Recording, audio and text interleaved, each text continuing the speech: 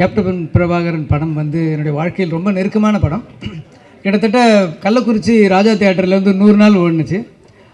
அந்த 100 நாளில் வந்து ஒரு கண்டினியூ ஒரு 10 நாள் அடுத்தடுத்த ஷோ அப்படியே பார்த்துட்டே இருந்தேன். இந்த படம் வந்து எனக்கு ஏன் இவ்வளோ நெருக்கம்னு சொன்னால், நான் நிறைய விஷயம் சினிமாவில் வந்து இந்த படத்துலேருந்து கற்றுக்கிட்டேன்.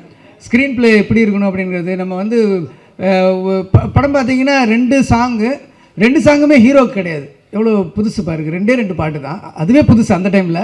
அந்த 2 பாட்டுமே ஹீரோவுக்கு கிடையாதுன்னா அது எந்த ஹீரோ ஒத்துக்குவாங்க? அதுவும் ஒரு அவ்வளோ பெரிய ஹிட்டு சாங்கு. கேட்டவொடனே ஐயோ நான் பாடுறேன் ஏதாவது சொல்லுவாங்கள்ல, அது வந்து ரொம்ப புதுசாக இருந்தது. அதேமாதிரி படம் ஆரம்பித்து ஒரு 19 நிமிஷத்தில் வந்து ஹீரோவே இருக்க மாட்டார். ஹீரோ இல்லாமல் ஒரு சாங்கு, ஒரு ஃபைட்டு இருக்கும். இது எப்படி சாத்தியமாச்சுன்னு எனக்கு தோணுது, ஆச்சரியமாக இருந்தது. அதனால தான் என்னுடைய படங்களில் பார்த்தீங்கன்னா கரெக்டாக என்ன கேரக்டர் பில்டு பண்ணாலும் அந்த 19வது நிமிஷத்தில் கதைக்கு வந்துடுவேன். நம்ம வந்து துப்பாக்கியில் எடுத்துக்கிட்டிங்கன்னா அந்த பஸ்ஸு பிளாஸ்ட்லேருந்து கதை ஆரம்பிச்சிடும்.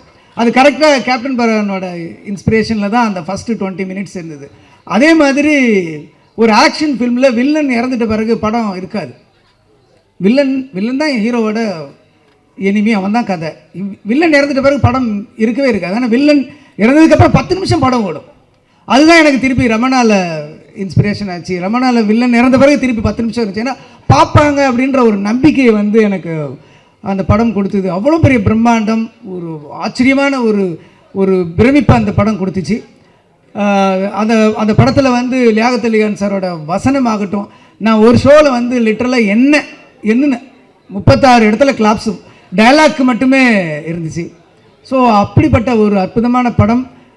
அந்த படத்தை பண்ணிட்டதுக்கப்புறம் அதே கேப்டனை வச்சு நான் ஒரு டைரக்ட் பண்ணுவேன் அப்படின்றதும் எனக்கு ஒரு கனவாக இருந்தது. அதே மாதிரி என்னுடைய திருமணத்தை அவர் நடத்தி வச்சாருன்னு நினைக்கும் போது அதுவும் எனக்கு ஆச்சரியமாக இருக்குது. இன்றைக்கி நான் ஊரில் சினிமாவுக்கே வராத ஒரு ரசிகனாக அவரோட கேப்டன் பிரபாகரனை வந்து ஃப்ரண்ட் ரோவில் உட்காந்து நான் பார்த்த ஒரு ரசிகன் வந்து இன்றைக்கி ரீரிலீஸில் வந்து அந்த டைரக்டரோட பக்கத்தில் உட்காந்துருக்கேன் போது எனக்கு இதுவே கனவு மாதிரி தான் இருக்குது. ரொம்ப நன்றி சார் எங்கெல்லாம் கூப்பிட்டது. இப்படி ஒரு அற்புதமான படத்தை கொடுத்துருக்கீங்க. கண்டிப்பாக இந்த ஜெனரேஷன் ஆடியன்ஸ் வந்து ஒரு படத்தை பாருங்கள், எப்படி அந்த பிரம்மாண்டத்தை கொண்டு வந்திருக்காரு. தமிழில் வந்து ஒரு இங்கிலீஷ் படம் மாதிரி அந்த டைமுக்கு அந்த ட்ரெயினில் ஒரு ஃபைட், ஒரு ஷாட் மட்டும் வந்திருக்கும். அதை பார்த்தீங்கன்னா உங்களுக்கு அவ்வளோ ஆச்சரியமாக இருக்கும். ஆக்ஷன் சீக்வன்ஸ்லாம் பிரமாதமாக இருக்கும். அந்த 20 மினிட்ஸ் பில்டப் பண்ணி அந்த ஹீரோ வந்து அந்த போலீஸ் ஸ்டேஷன் ஃபைட்டுக்கு முன்னாடி ஒரு ரோட்டில் அடித்து அங்கேருந்து போய் போலீஸ் ஸ்டேஷனில் இது பண்ணுவாங்க. அந்த ஃபைட்டுக்கு மட்டுமே தியேட்டர் பிளாஸ்ட்டாக இருக்கும்.